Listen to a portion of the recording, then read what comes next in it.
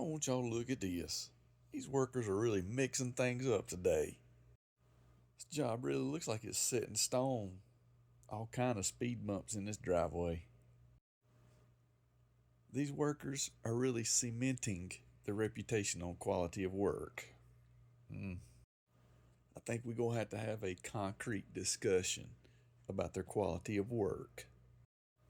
They look like they're working hard to perfect this finish. I keep trying to think of these concrete responses, but these jokes are getting harder and harder.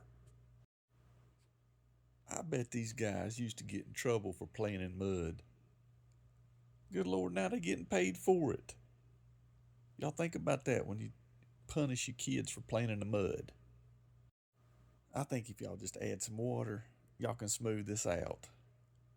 Good luck, big guys.